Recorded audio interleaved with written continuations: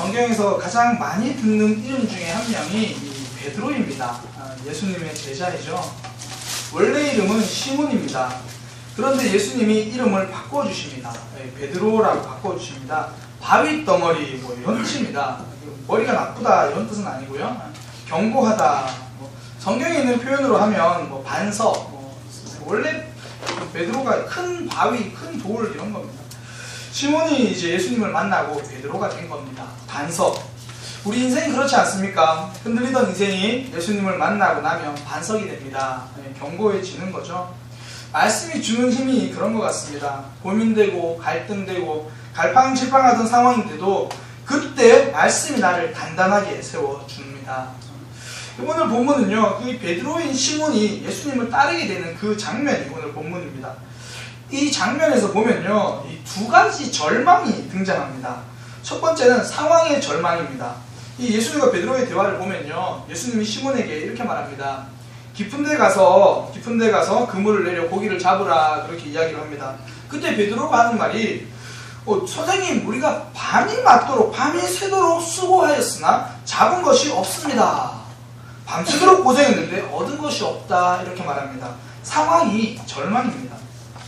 제가 보면서 인생이 참 어렵다라고 생각될 때가요, 열심히 수고했는데 그게 헛것으로 돌아갈 때, 아무런 이렇게 얻는 게 없을 때, 돌아보니 손에 준 게 아무것도 없을 때, 그럴 때 참 인생이 어렵다라는 생각이 듭니다. 저는 그래서 예전부터 이 택시 운전하시는 분들 있죠. 저는 택시 기사분들이 정말 힘들겠다 그런 생각을 참 많이 했어요. 그 세상에 여러 일들과 여러 직업이 있지만 저는 생각하기에 나름대로 일을 하면 일한 뭐 많이는 아니고 어쨌든 간에 내가 일한 만큼의 대가를 조금씩이라도 받을 수 있다고 생각합니다.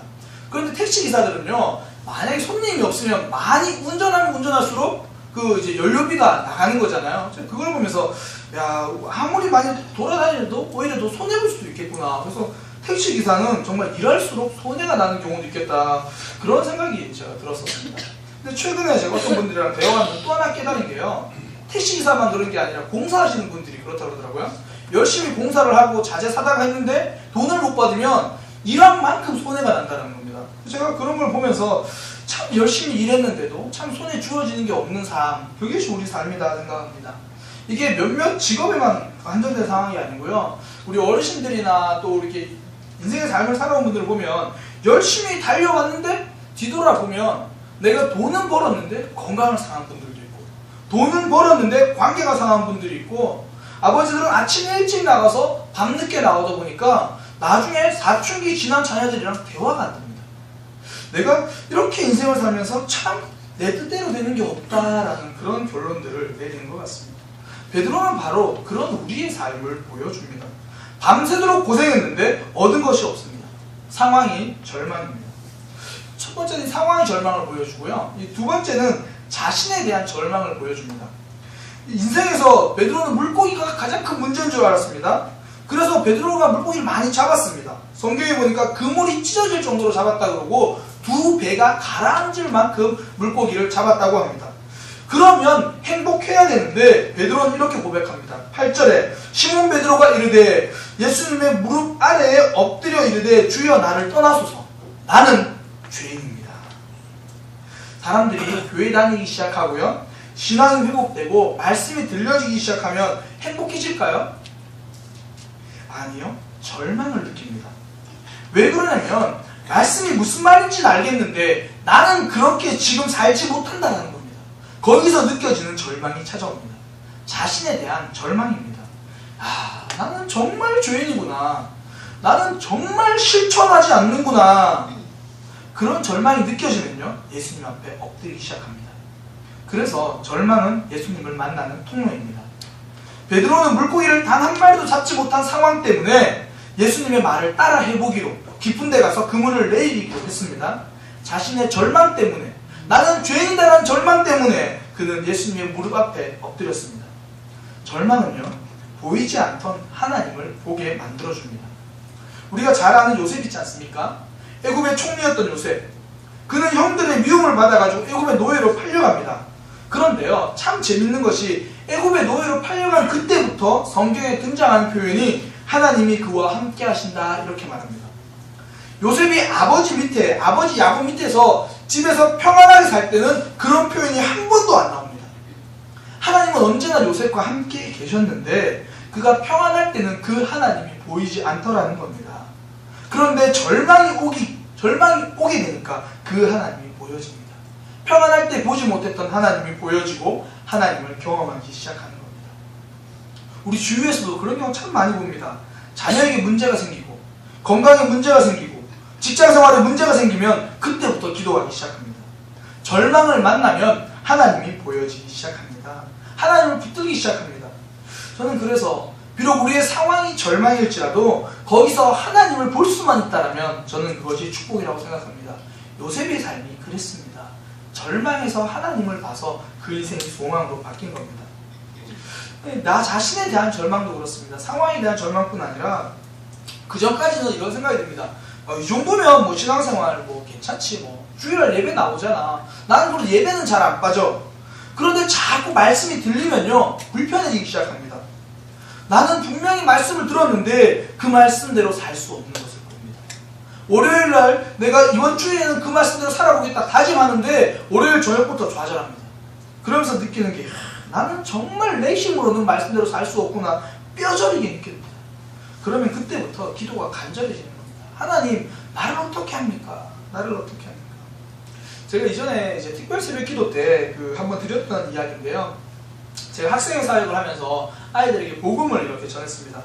그런데 아이들에게 복음을 전하고, 그러니까 제가 담당한 아이들에게 복음을 전하고 의미있게 이렇게 하나님에 대해서 알려줘도요, 아이들이 신앙을 어느 지점 이상 돌파하지 못하더라고요.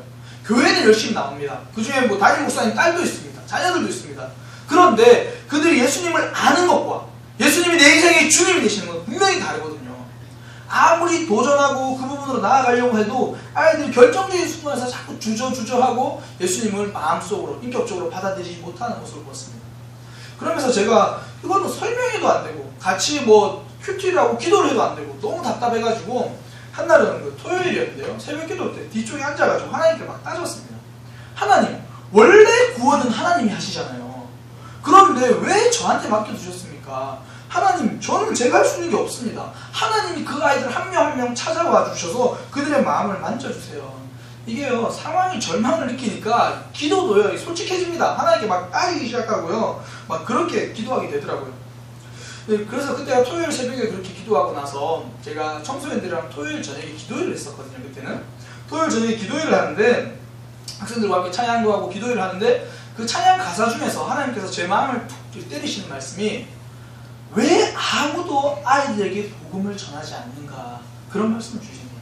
저는 그전까지 저는 열심히 했는데 왜 안 됩니까? 라고 했는데 하나님은 그제서야 말씀하시는 게 왜 아무도 아이들에게 진실로 복음을 전하지 않는가, 그런 말씀을 주시는데 제가 너무 회개가 되더라고요. 하나님, 제가 최선을 다하지 못했군요. 하나님, 제가 너무 게을렀습니다. 그런 마음에 정말 제가 한참을 통곡하면서 기도했습니다. 기도회 때 보통 제가 제일 앞자리에 앉아서 기도하는데요, 한참을 통곡하면서 기도하는데 이야기는 지금 여기부터 진짜입니다. 앞에서 한참 기도하고 있는데요, 순간 제 머릿속에 무서운 생각이 드는 겁니다. 한참 통곡하고 기도하면서 드는 생각이, 내가 이렇게 통곡하면서 기도하는 모습을 아이들이 뒤에서 보겠지? 그런 마음이 들더라는 겁니다. 회개 기도조차도 다른 사람을 의식하면서 기도하고 있는 제 자신을 봤습니다. 야, 나는 정말 뼛속까지 죄인이구나. 도대체 내 삶의 진실은 어디 있는가, 그런 마음이 들더라는 겁니다. 하나님만 바라보고 회개한다고 그렇게 통곡하면서 눈물 흘리며 기도하는데 마음 한켠에 순간 스치는 생각이, 내가 이렇게 열심히 기도하는 모습을 우리 아이들이 보고 조금은 달라지지 않을까? 사람을 의식하더라는 겁니다. 제가 그걸 경험하고 나서요, 야, 나는 뼛속까지 죄인이구나, 뼛속까지 죄인이구나, 그런 절망을 경험하고 나니까 예수님밖에 답이 없더라고요. 내가 예수님의 십자가가 아니면 내가 어떻게 사역을 했을까? 예수님의 십자가가 아니면 내가 어떻게 살 수 있었을까? 내 삶의 절망을 경험하니까 하나님을 붙들게 됩니다. 베드로가 그랬습니다. 상황이 절망이었습니다. 그때 예수님의 말씀이 들리기 시작했습니다. 사실 우리 예배가 그렇지 않습니까? 평안할 때는 예배가 간절하지 않습니다. 그런데 점점 내 삶에 절망이 보여지면 예배도 간절해지고요, 기도도 간절해집니다. 베드로는 자신의 한계를 발견했습니다. 자신이 죄인임을 알았습니다. 그랬더니 하나님께 무릎 꿇었습니다. 예수님을 인정하기 시작했습니다. 절망을 만나니까 참 소망이신 예수님이 보였습니다. 우리가 할 수 없다라고 생각할 그때가 하나님을 만나는 순간일 수 있다라는 겁니다. 나는 답이 없습니다. 답이 안 보여라고 말할 때 그때 예수님이 답이다라는 것이 보여지기 시작합니다. 저는 믿음을 이렇게 정의하고 싶습니다. 삶에서 절망하고 있는 순간에 예수님이 소망이 되신 것을 발견하는 것, 그것이 믿음입니다. 우리 삶에 어려운 상황이 있고 힘든 상황이 있습니다. 절망의 상황일 수 있습니다. 그때 예수님이 내 삶의 소망이다 발견하는 것, 그것이 믿음입니다. 그래서 예수님이 인생의 답이다라는 것을 발견하게 되는 겁니다. 제가 예수님 인생의 답입니다, 예수님 인생의 답입니다 그러면요, 많은 사람들이 이런 의문을 가져요. 예수님이 내 삶에도 답일까? 목사님 삶뿐 아니라 내 삶에서도 과연 예수님이 답일까? 왜 예수님이 답입니까? 오늘 본문이 그 이유를 알려주는 겁니다. 왜 예수님이 내 인생의 답인지 오늘 본문이 그 이유를 말해줍니다. 두 가지인데요. 첫 번째, 예수님은 맞춤식이라서 그렇습니다. 무슨 말이냐면 모든 사람에게는 답인데 그게 내 삶의 답이 안 될 수도 있습니다. 그런데 예수님은 각 사람에게 맞춤식으로 그 사람에 맞게 답을 주십니다. 나의 문제를 알고 계시기 때문에 나에게 맞는 모습으로 찾아오신다는 겁니다. 원래 답은요, 문제를 모르면 답을 알 수가 없습니다. 그런데 예수님은 우리의 상황을 아셔서 맞춤식으로 답을 찾아오십니다. 맞춤식입니다. 두 번째는요, 예수님은 손을 내밀어 주시기 때문입니다. 직접 개입하신다는 겁니다. 말로만 이렇게 해라 저렇게 해라 말씀해 주시는 것이 아니라 직접 손 내밀고 개입해 주신다는 겁니다. 그래서 예수가 답입니다. 먼저는 맞춤식이라는 건데요, 내 문제를 알고 찾아오신다는 겁니다. 사람들은 내 문제 알지 못합니다. 내 배우자조차도 내가 어떤 생각하는지 다 알지 못합니다. 우리 부모님조차도 내 생각을 다 알지 못합니다. 그러나 예수님은 알고 찾아오신다는 겁니다. 지금 예수님과 베드로의 만남을 보면요, 참 재밌습니다. 예수님이 베드로의 삶을 겨냥해서 찾아오셨거든요. 그런데 베드로는 지금 그렇게 생각 안 합니다. 5장 1절부터 보면 내용이 이렇게 됩니다. 많은 사람들이 예수님의 말씀을 듣겠다고 막 몰려오거든요. 그때 예수님은 이 호숫가에 서가지고 배가 두 척 있는 것을 보십니다. 그러니까 사람들이 예수님의 말씀을 듣기 위해서 몰려오고 예수님 호숫가에 서가지고 배를 보고 이제 배에 타십니다. 그러면서 이렇게 말씀하셨겠죠. 내가 말씀을 좀 전하려고 하는데 배를 조금만 이렇게 호숫가에서 띄워주겠습니까? 그러니까 상당히 멋진 강대상이 생긴 거 그림 그려주세요. 이 사람들은 호숫가에 쫙 앉아있거나 서있고요. 예수님은 배를 타고 살짝 떠가지고 물 위에 떠있는 강대상, 우리도 그런 거 한번 만들어봤으면 좋을 것 같아요. 그 강대상에서 예수님이 가르치시는 겁니다. 그러니까 수많은 사람들은 열정을 가지고 예수님을 쫓아왔습니다. 그런데 그 옆에서 그물 던지고 물고기 잡던 어부 베드로는요, 졸지에 아무 생각 없이 왜 타시죠 그러고 말씀을 제일 가까이서 듣게 됐습니다. 이런 게 은혜입니다. 찬양팀 그렇지 않습니까? 좀 이따 찬양해야 되니까 제일 앞에서 말씀 듣고 있잖아요. 이런 게 은혜입니다. 졸지에 가까이서 지금 베드로가 말씀을 듣게 된 겁니다. 그래서 예수님이 많은 사람에게 말씀을 전하시고 말씀이 끝나셨으면 내려가셔야 됩니다. 그런데 내려가지 않습니다. 예수님은 처음부터 베드로를 겨냥해서 오신 거라서 그렇습니다. 베드로 보고 말합니다. 깊은 곳에 가서 그물을 내려라. 깊은 곳에 가서 그물을 내려라. 그 베드로는 그렇게 깊은 곳에 가서 이제 그물을 내리려고 합니다. 사람들은요, 내가 주일에 일어나서 내가 예배의 자리로 나왔다라고 착각을 합니다. 아닙니다. 하나님이 불러주셨으니까 온 겁니다. 사람들은 내 가족이 교회에 가자 그러니까 내가 마지못해서 나와준 줄 압니다. 아닙니다. 하나님이 계속해서 부르셨기 때문에 이 자리에 오게 된 겁니다. 하나님이 우리 한 사람 한 사람을 겨냥해서 불러주셨습니다. 그래서 예수님과 만나는 자리는 언제나 나를 위한 지정석입니다. 원래부터 그 자리는 나를 위한 자리였고 원래부터 이 말씀은 나를 위한 말씀이었습니다. 오늘 예배도요, 그 누구 때문에 이 예배를 하는 것이 아니라 단 한 사람 나를 위해서 하나님은 이 예배를 받으시는 겁니다. 어떻게 보면 저는 그렇게 생각합니다. 이 우리 하나님의 성도님들을 위해서 이 예배가 존재하는 것이 아니라 제가 하나님 앞에서 하나님의 말씀을 들고 서기 위해서 저를 위한 예배라는 겁니다. 우리 모두가 그렇습니다. 오늘 하나님은 우리를 이 자리에 지정석으로 불러주셨습니다. 신앙은 지나가다가 우연히 따라가는 것이 아닙니다. 그래서 예수님이 답이 되는 겁니다. 지금 내 문제가 무엇인지를 정확하게 알고 있기 때문에 우리에게 지정해서 찾아오시는 겁니다. 예수님은 처음부터 베드로를 만나러 오셨습니다. 왜 그렇습니까? 그의 문제가 무엇인지 알고 있었기 때문입니다. 그의 상황을 알고 있었기 때문입니다. 하나님은 우리의 문제와 우리의 아픔, 때로는 우리의 분노, 우리의 슬픔까지도 알고 계십니다. 그래서 오늘 예배에 불러주셨습니다. 옛날 중국에 현작이라고 하는 유명한 의사가 있었습니다. 이 사람은요, 죽은 사람도 살려낸다고 하는 그 유명한 의사였습니다. 우리는 중국의 의사는 화타를 아는데요, 화타보다 약 한 500년 전의 사람입니다. 근데 편작은 자식뿐 아니라 자신에게 두 형이 있었는데 형 2명 다 의사였습니다. 한날은 이제 임금님이 이제 편작에게 물었습니다. 그대 삼형제가 다 이렇게 그 의사라고 들었는데 3명 중에서 누가 가장 뛰어난가? 그냥 뭐 장난삼아 이렇게 대화삼아 물었겠죠. 그때 편작이 하는 말이, 큰형님의 의술이 가장 훌륭하고 다음은 둘째 형님이고 저의 의술이 가장 비천합니다.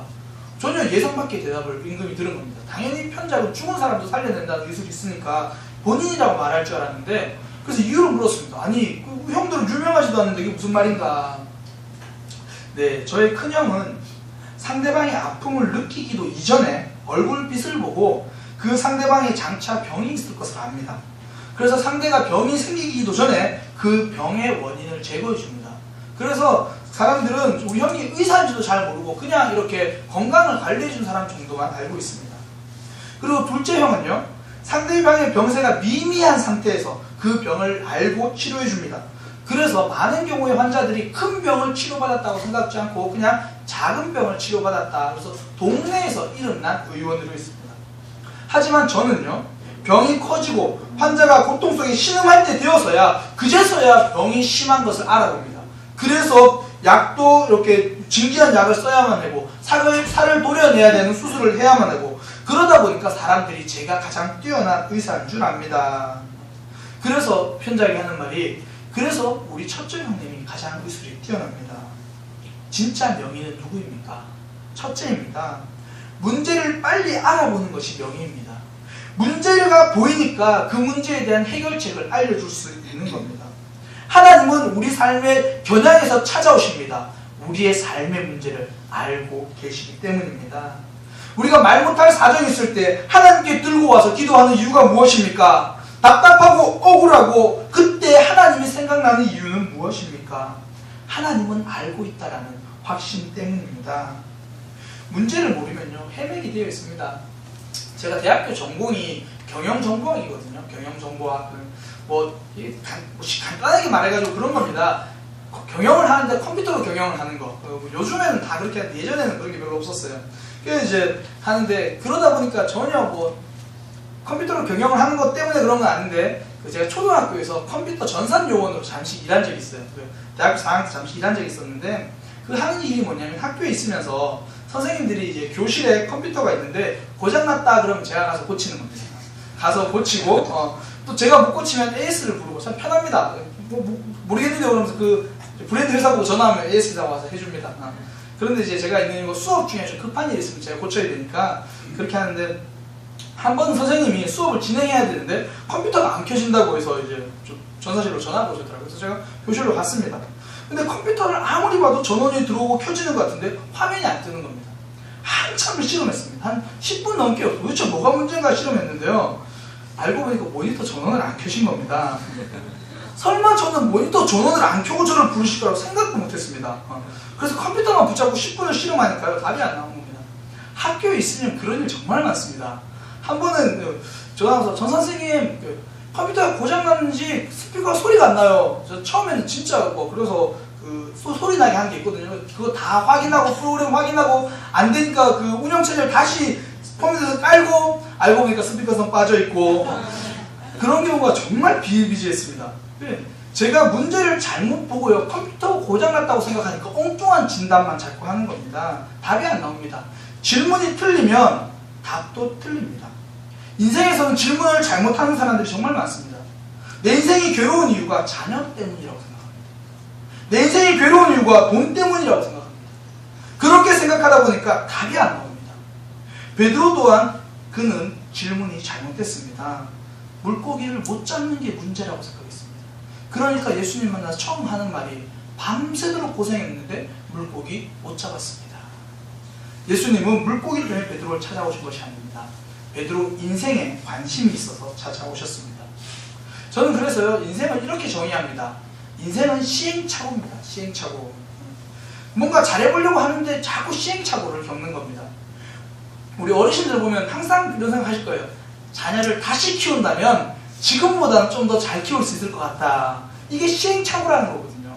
처음엔 내가 잘 몰라서 시행착오했는데 이제는 안 그러겠다. 청년들 그렇죠? 내가 다시 고등학교 때로 돌아가면 내가 이렇게는 안 하겠다. 심지어 은지하고 그 시온이도 그런 생각합니다. 내가 초등학교로 내가 다시 돌아가면 내가 지금 이러진 않겠다. 인생이요 다 시행착오라고 생각해서 그렇습니다. 그런데 하나님의 사람들은 인생을 바라보는 관점이 조금 다릅니다. 내 인생은 시행착오인데 하나님이 인도해 주신다는 겁니다. 예수님은 내 인생의 답을 알고 계셔서 인도해 주신다는 겁니다. 그래서 이렇게 고백합니다. 지나고 보니 은혜입니다. 나는 시행착오였는데 하나님의 은혜였다라고 고백하는 겁니다. 우리는 여전히 내 인생의 문제를 잘 모를 때가 더 많습니다. 삶이 답답한데 엉뚱한 데서 씨름할 때도 있습니다. 목사님 저도 그렇습니다. 목사님 저도요 자기 모습을 잘 못 봅니다. 그러니까 엉뚱한 데서 씨름하고 있을 수 있습니다. 그런데 괜찮습니다. 하나님은 답을 알고 계셔서 그렇습니다. 답을 알고 계신 하나님은 놀고 계시지 않습니다. 베드로에게 찾아오신 것처럼 우리에게 찾아오셔서 우리 인생에 답을 주십니다. 나를 가장 잘 알고 있는 그분이 나를 겨냥해서 오늘 이 자리에 찾아오신 겁니다. 그렇게 볼 때 저는 기도란 알려드리는 것이 아니라 인정하는 것이라 생각합니다. 많은 사람들이 이렇게 말합니다. 어차피 하나님이 다 아신다고 하는데 왜 그거 굳이 길게 기도해요? 다 아시죠? 응답하여 주옵소서. 예수님의 이름으로 기도드립니다. 아멘. 이거는 기도를 알려드리는 거라고 생각해서 그렇습니다. 기도는 알려드리는 게 아닙니다. 인정하는 겁니다. 하나님, 내 자녀 문제는 내가 할 수가 없네요. 하나님 도와주세요. 하나님 손에 있습니다. 이렇게 인정하니까 내가 말하는 그 분량만큼, 그 영역만큼 인정하는 겁니다. 그런 거죠. 하나님, 우리 애를 보니까요, 저를 닮아서 머리가 나쁩니다. 이거 답이 안 나옵니다. 하나님 아시죠? 공부로는 길이 없는데 다른 길을 열어주세요. 사실 우리가 말 안 해도요, 하나님 아십니다. 하나님도 책임감 느껴지실 거예요. 내가 그랬는데 하나님 역사하십니다. 그런데 우리가 그렇게 기도하는 이유는 인정하는 겁니다. 그 영역, 내 자녀의 영역을 인정하는 거고요. 내 삶의 필요의 영역을 하나님께 인정하는 겁니다. 그것이 기도입니다. 청년들 배우자를 위해서 더 열심히 기도하시기 바랍니다. 우리 어르신들 아름다운 노년을 위해서 기도하시기 바랍니다. 우리 어르신들은 아름다운 임종을 위해서도 기도하시기 바랍니다. 그 부분의 영역을 하나님께 인정해 드리는 겁니다. 하나님께 답이 있다고 인정하면요, 우리의 삶이 달라집니다. 그동안은 힘들어서 견디는 삶이었는데 하나님이 답이 있으니까 그 답이 나에게 올 때까지 기다리는 삶으로 바뀌는 겁니다. 견디는 삶과 기다리는 삶은 다릅니다. 하나님이 우리 인생을 겨냥해서 찾아와 주시고 일하고 계시기 때문에 우리는 2017년을 더 이상 견디지 않을 겁니다. 2017년에 하나님의 일하심을 기다릴 겁니다. 이것이 성도입니다. 그래서 예수님이 우리 인생의 답이 되어 주시는 겁니다. 우리를 겨냥해서 찾아와 주시고 답을 주시는 겁니다. 예수님이 인생의 답이 되신 두 번째 이유는요, 손을 내밀어 주시기 때문에 그렇습니다. 오늘 본문에 보면 베드로는 예수님이 어떤 분인지 알았습니다. 그런데 알고 나서 첫 번째 고백, 주여 나를 떠나소서, 나는 죄인입니다. 신앙에 다가갈수록 깨닫는 것은요, 내가 죄인입니다. 그 사실을 깨닫습니다. 베드로는 그렇게 자신이 죄인임을 깨닫고 고백한 게 나를 떠나소서 거절합니다. 나는 말씀대로 살 수 없어요. 목사님 그건 너무 어렵습니다. 저는 안 되겠어요. 거절합니다. 예수님은 우리에게 어려운 걸 알려주신 거는요, 거절하라고 알려주신 게 아니라 내 힘으로 안 되니까 하나님 도와주세요. 하나님 손 붙잡으라고 어려운 걸 알려주셨거든요. 그런데 사람은 자꾸 거절합니다. 자꾸 하나님께 맡기지 못하고 나아갑니다. 주일날 말씀 들으면 말씀이 들리는데 말씀대로 살기 힘드시죠? 순종하기 힘드시죠? 그런데 하나님 자꾸 말씀하시죠? 왜 그러냐면 예수님 우리가 손 잡을 때까지 말씀하시는 겁니다. 그래서요, 인생을 쉽게 사는 방법을 제가 알려드리겠습니다. 한 박자 빨리 손 잡으시면 됩니다. 보통은요, 견디다가 버티다가 안 되면 그제서야 맡기려고 합니다. 아닙니다. 한 박자 빨리 손을 잡으시면 됩니다. 제가 청소년 사역을 하다 보면요, 두 부류의 부모님을 만났습니다. 처음부터 이제 교회에다가 자녀들을 맡겨주시는 부모님들이 있습니다. 훈련학교 한다 그러면 학원도 조절해서 훈련학교 보내주시고, 학교 보충 있어도 다 빼고 수련회 같은 데 보내주시고, 그런 부모님들이 있는 반면에 다른 부모님은요, 이 아이가 한 중3, 고3 되면 그때서야 교육자들에게 연락을 합니다. 전사님 우리 애 한번 만나주세요. 전사님 평소에 애들한테 좀 연락도 하셔야 되지 왜 연락도 안 하고 뭐 하십니까? 그런 분들은요, 평소에 교육 수련회 한다 그러면 우리 애는 학원 가야 됩니다. 훈련학교가 있어요. 언제요? 토요일이요. 그때 학원이랑 겹칩니다. 교회에 아이들을 맡겨주지 않습니다. 보통요, 이 학원과 예배가 겹치면 학원을 조절해야 되는데 학원과 예배를 겹치면 신앙을 조절해버립니다. 그러니까 나중에 아이가 한 고1, 2 되면 머리가 크거든요. 그때부터 엄마 나 교회 안 갈래. 왜? 시험 기간에 가지 말라며. 그렇게 되는 겁니다. 그제서야 이제 교육자들은 전화해서 만나주셔야 됩니다. 왜 우리 애한테 연락도 안 하셨나요? 막 이제 그렇게 되는 겁니다. 제가 아는 한 분은요, 이제 자녀가 고3 올라가는데 그 아이가 공부를 잘합니다. 그 아이 공부를 좀 잘하는데, 근데 다른 과목은 다 잘하는데 수학만 조금 성적이 떨어집니다. 우리 학생들은 좀 다르죠. 뭐 다른 과목 다 못하는데 수학은 더 떨어지는 거가. 다 잘하는데 수학만 좀 떨어집니다. 그러니까 다른 과목들 대부분 다 1등급이라고 뭐 그런 게 요즘 있습니다. 1등급인데 수학만 한 4등급 막 그랬어요. 그래서 뭐 아이 본인도 이제 의지가 있고 부모도 그래서 수학 학원을 보냈어요. 그러니까 의지가 있으니까 금방 따라붙어서 이제 수학도 1등까지 올렸습니다. 이제 3학년 올라가는데 3학년 1학기까지만 본인은 나 수능 안 치겠다, 내신으로만 대학 가겠다, 이제 다 내신을 잘 받은 거니까 그럼 딱 이제 6개월만 더 공부하면 되는 겁니다. 학원도 딱 수학 학원만 다니는데 갑자기 지금 문제가 생긴 겁니다. 지금 그 친구가 다니는 교회는 주일날 예배가 있고 학생의 모임이 토요일날 있는데 방학 때 토요일 오후 2시에 학원이 잡혀버린 겁니다. 그 아이는 오후 3시에 그 교회를 가야 되고 임원이라 가지고 어떻게 해야 되나 고민 뭐 하다가 학원을 그만둬버렸습니다. 다른 학원을 다 찾아봤는데도 다른 학원이 전부 토요일 2시에 오라고 하니까 그럼 학원 안 다니겠다고 결정을 한 겁니다. 이제 고3 올라가고 6개월만 수학만 공부하면 됩니다. 주일을 안 지키는 것도 아니고 토요일 학생 모임만 빠지고 주일 예배 다 지키고 주일 하루 종일 봉사도 합니다. 저녁 예배까지 드리는 친구입니다. 그런데 그 6개월 하나님 앞에 나는 온전히 드리겠다. 그 가정이 그렇게 결정해 버린 겁니다. 과감히 빼버렸습니다. 인생은 하나님 손에 달려있다라고 자녀에게 그렇게 말로 가르쳤으니 그렇게 행동으로도 가르치겠다는 겁니다. 그것이 신앙입니다. 처음부터 하나님께 맡기겠다고 하나님께서 내 인생에 손 내밀어 주실 때 그 손을 잡은 겁니다. 원래요, 실패도 한계에서 경험합니다. 내 한계에서 실패를 경험합니다. 그런데 도약도 한계에서 경험합니다. 내 한계에서 포기하면 실패하지만 내 한계에서 도전하면 도약하게 되는 겁니다. 그 친구는 고3이라는 거, 또 그 수학이라는 학원 시간이라는 그런 한계에 도달했습니다. 그때 도약을 결정했습니다. 신앙의 도약이 쓰는 겁니다. 수학 성적 떨어질 수도 있겠죠. 원하는 대학 못 갈 수도 있습니다. 그러나 하나님이 그 인생 책임지십니다. 이것이 신앙입니다. 한계를 만나셨습니까? 그때 예수님은 우리에게 손 내밀어 주실 겁니다. 그 손을 붙잡으시기를 축복합니다.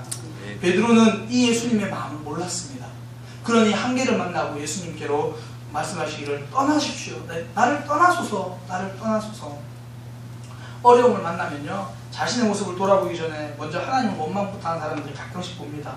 그리고 사랑을 원망합니다. 주변을 원망합니다. 그러면서 하나님과 거리를 두기 시작합니다.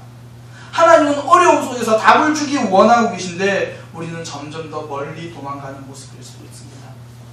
그때 예수님은 그래도 우리를 포기하지 않으십니다. 그리고 말씀하십니다. 무서워하지 말라. 이제부로는 내가 사람을 취하리라. 두려움에 떠는 베드로의 손을 잡아 주시는 겁니다. 하나님은 우리에게 인생을 맡기라고 초청하실 때마다 사람은 자꾸 거절합니다. 거절이 자존심인 줄 알아요. 거절은 자존심이 아닙니다. 거절은 미련한 겁니다. 예수님이 손 내밀어 주시면 그 손 잡으시기를 축복합니다. 저는 그래서 복음은 기회라고 생각합니다. 새로운 기회가 우리에게 열려진 겁니다. 40대에 예수님의 손 잡으면 그때가 기회입니다. 50대에 예수님 손 잡으면 그때가 기회입니다. 70이 아니라 80, 90도 그때 예수님 손 잡으면 그때가 기회입니다. 이 나이에 뭐 하겠나? 예수님 손 잡으시면 됩니다. 그게 그 나이 때 하실 일입니다. 저는 어르신들께 오늘 특별히 권면 드리기 원합니다. 어르신들 연세 드셔서 기도도 하시지만 기도 말고 다른 일도 좀 하시기 바랍니다. 나는 아직 죽지 않았다, 내 인생 끝나지 않았다를 보여주시기 바랍니다. 제가 얼마 전에 요양병원에 신방을 갔었는데요, 참 놀라운 걸 봤습니다. 요양보호사분이 이렇게 백발의 할아버지시더라고요. 제가 보기에 그런 생각이 들었어요. 저분이 환자분 놓고 누워 계시면 아무도 어색해하지 않겠다. 그런 분이 요양보호사를 하고 계시더라고요. 남이 해주는 밥을 먹고 남이 해주는 대로 있으려고 하는 사람은 환자였습니다. 그러나 내가 남을 섬기고 남을 위해서 일하는 사람은 건강한 사람이었습니다. 건강이란 내가 할 수 있는 일을 하는 것, 그것이 건강입니다. 제 모교회는, 제가 어릴 때부터 다니는 교회는요, 작년 성도가 약 100명 정도입니다. 그래서 100명 정도인데, 한 3년 전부터, 몇 년 전부터 그 교회 식당 봉사는요, 어르신들 몇 명이 다 하신답니다. 그럼 사는 말이, 젊은 사람들은 교사도 해야 되고, 성가대도 해야 되고, 그런 거 섬겨야 되니까 밥은 우리 늙은이들이 할게. 그러면서 3년 전부터요, 어르신들이 하는 겁니다. 대신 설거지는 젊은 사람들이 와서 해. 그렇게 했답니다. 멋지지 않습니까? 이게요, 그 남들은 나이가 한계라고 말할 때 그들은 남들이 그 나이가 성숙이고 나이가 경험이라는 것을 보여주는 겁니다. 저는 이제 걱정이 되는데 이렇게 설교하고 나니까 이제 어르신들 찾아올 거잖아요. 목사님, 이제 우리 교회 중식은 우리 시니어 여우성구역이 담당하겠습니다. 앞으로 우리 교회 식당은 환갑 이상은 식당 출입 금지. 아무도 어르신들 아멘 안 하셨어요. 아마 저를 찾아오시겠죠. 어르신들이요, 사실 훨씬 음식 맛있게 합니다. 우리 젊은 분들 아멘. 어르신들이 훨씬 음식 맛있게 하십니다. 그래서 저는 우리 중식은 앞으로 우리 어르신들이 담당은 힘드시더라도 중간에 한번 목사님 다음 주는 우리가 중식하면 안 돼요? 됩니다. 됩니다. 언제나 됩니다. 우리 여성분 양보하실 수 있으시죠? 네, 됩니다. 나이가 끝이 아니라는 것을 보여주시기 바랍니다. 나이가 한계가 아니라는 걸 보여주시기 바랍니다. 우리 시니어 남성 어르신들도 마찬가지입니다. 저는 걱정이 됩니다. 목사님, 왜 우리 교회 전도지가 없어요? 오늘부터 우리가 전도하기로 결정했는데 전도지가 없네요. 나이는 한계가 아닙니다. 예수님 붙잡으면 한계를 돌파하게 되는 겁니다. 우리가 예수님을 손을 붙잡는 그 순간이 기회입니다. 환경과 상황이 아니라 예수님 손 붙잡고 가시길 바랍니다. 왜 예수님이 우리 인생의 답이 되십니까? 손 내밀어 주시기 때문입니다. 그 손 잡아주시기 때문입니다. 예수님의 손 붙잡는 게 무엇인가요? 제가 간단히 말씀드리겠습니다. 예수님께 하나님께 더 나아가고 그런 부분인데요. 잘 모르겠으면 예배 시간부터 결단하시기 바랍니다. 인생을 결단하기 힘들면 시간부터 결단하시면 되는 겁니다. 지금까지는 내가 주일 오전 예배 오셨던 분들은요, 오후 예배 오시면 됩니다. 지금까지는 오늘부터 이제 구역 모임 시작하는데 나는 구역 모임이 어색해. 그 시간부터 결단하시면 됩니다. 그게 예수님 손 잡는 겁니다. 그게 내 인생 예수님께 맡기겠다라는 그런 선언이 되는 겁니다. 인생의 절망을 경험한 베드로는요, 예수님이 손 내밀어 주셨을 때 그 손 잡고 예수님 따라갔습니다. 그랬더니 어부가 제자가 되었습니다. 기회를 잡은 겁니다. 예수님은 우리가 절망의 때에 찾아오셔서 소망을 주십니다. 그런데 소망을 쉽게 이렇게 좀 알아듣게 해주셨으면 좋겠는데 따라오라 그러고 버리라 그러고 그렇게 느껴집니다. 그러나 그 순간이 우리에게 참된 행복이고 소망인 겁니다. 어떤 목사님이 이런 시를 쓰셨더라고요. 절벽 가까이로 나를 부르시기에 다가갔습니다. 절벽 끝으로 가까이 오라고 하셔서 더 다가갔습니다. 절벽에 겨우 발붙여 선 나를 절벽 아래로 밀어버리셨습니다. 그 절벽 아래로 나는 떨어졌습니다. 그때서야 나는 내가 날 수 있다는 사실을 알았습니다. 예수님은 우리가 절망의 때에 때로는 우리를 더 절망으로 몰아가는 것 같습니다. 왜냐하면 우리가 날 수 있기 때문에 그렇습니다. 예수님은 베드로만 부르셨을까요? 아닙니다. 이 시간에 동일하게 우리를 불러주십니다. 답답한 인생 답을 주시겠다고 손 내밀어 주십니다. 우리를 이렇게 불러주십니다. 나의 안에 거하라. 나는 너의 하나님이다. 모든 환난 가운데서 너를 지켜줄 것이다. 두려워하지 마라. 내가 너를 도와주리라. 놀라지 마라. 너의 손을 잡아주리라. 내가 너를 지명하여 불렀으니 너는 내 것이다. 나는 너의 하나님이다. 우리 이 고백 함께 했으면 좋겠습니다. 나의 안에 거하라. 나는 내 하나님이니 나의 안에 거하라. 나는 내 하나님이니 모든 환난 가운데 너를 지키는 자라. 두려워하지 말라. 내가 널 도와주리니 놀라지 말라. 내 손 잡아주리라. 나의 안에 거하라. 나는 내 하나님이니 모든 환난 가운데 모든 환난 가운데 너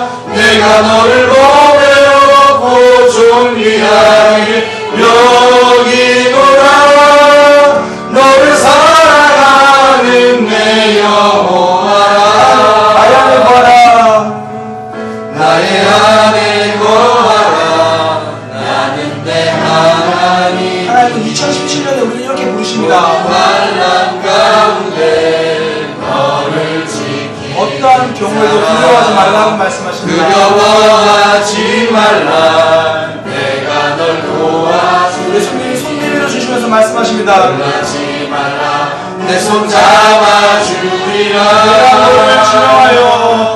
내가 너를 지명하여 불렀나니 너는 내 것이라.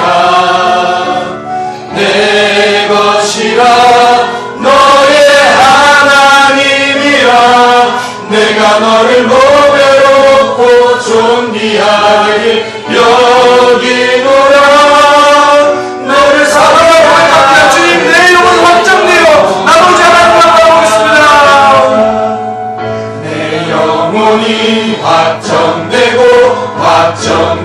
사오니 믿음에 눈들어 주를 바라봅니다. 내 영혼이 확정되어 사오니 믿음에 눈들어 주를 결단함으로 고백합니다. 내 영혼이 확정되고 내 영혼이 확정되어 사오니 믿음에 눈들어 주를 바라봅니다. 내 영혼이 확정되어 사오니 믿음에 눈들어 주를 바라봅니다. 우리 이 찬양의 가사로 기도했으면 좋겠습니다. 하나님, 내가 오늘 말씀 들은 것처럼 이제 나에게 손 내미신 하나님 그 손 잡겠습니다. 그것이 나에게 예배의 결단일 수 있습니다. 때로는 그것이 내가 지금까지 포기하지 못한 많은 것들일 수 있습니다. 주님, 그러나 여전히 내가 2017년이 불안합니다. 여전히 내 자녀의 삶이 불안합니다. 여전히 내 인생이 불안합니다. 내 직장이 불안합니다. 내 상황이 불안합니다. 그러니 이 절망 가운데 내 손 잡아 주옵소서. 우리 그렇게 주님 앞에 고백하면서 함께 기도하겠습니다. 주님 인도하여 주옵소서. 주님 내 손 잡아 주옵소서. 주님 내 손 잡아 주옵소서. 주님 이 시간 주님 앞에 나아가오니 아버지 오늘 말씀을 듣고 그냥 가는 것이 아니라 오늘 말씀 가운데 나에게 말씀하시는 그 하나님의 음성을 들으며 나아가게 하여 주옵소서. 주님 아버지 내 손 잡아 주옵소서. 주님 내가 불안한 상황 가운데 힘든 상황 가운데 어려운 상황 가운데 하나님을 향하여 집중하겠습니다. 함께 나아가겠습니다. 지금까지 상황을 보고 힘들었다면 이제 하나님 보고 소망하며 나아가겠습니다. 절망의 상황 가운데 예수님을 보는 그런 모습으로 나아가겠습니다. 절망이 소망이 되면 주님 내가 2017년도에 우리 세상 가운데 증거하겠습니다. 나를 통해 증명되도록 나를 붙잡아 주옵소서. 주님 나 모든 상황 가운데 주님을 바라봅니다. 주님 인도하여 주옵소서. 나의 모든 상황 가운데 주님 붙잡아 주옵소서. 주여 역사하시고 인도하여 주옵소서. 주님 역사하여 주옵소서. 예수님이 인생의 답입니다. 아직까지 우리 삶에서 예수님께 내가 맡기지 못한 부분 오늘 말씀 통하 있다는 것이 들려집니다. 한 주간 맡길 수 있도록 인도하여 주옵소서. 무엇보다도 날마다 하나님을 예수님을 인정하며 살아갈 수 있는 우리의 신앙 될 수 있도록 인도하여 주옵소서. 절망처럼 보일 때라도 예수님의 손을 보며 소망을 품는 우리 사랑의 교회 가족 될 수 있도록 인도하여 주옵소서. 예수님의 이름으로 기도드립니다. 아멘. 옆에 붙이시고 인사하겠습니다. 예수님이 인생의 답입니다.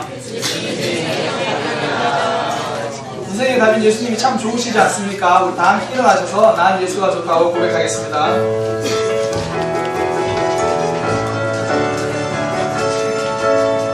난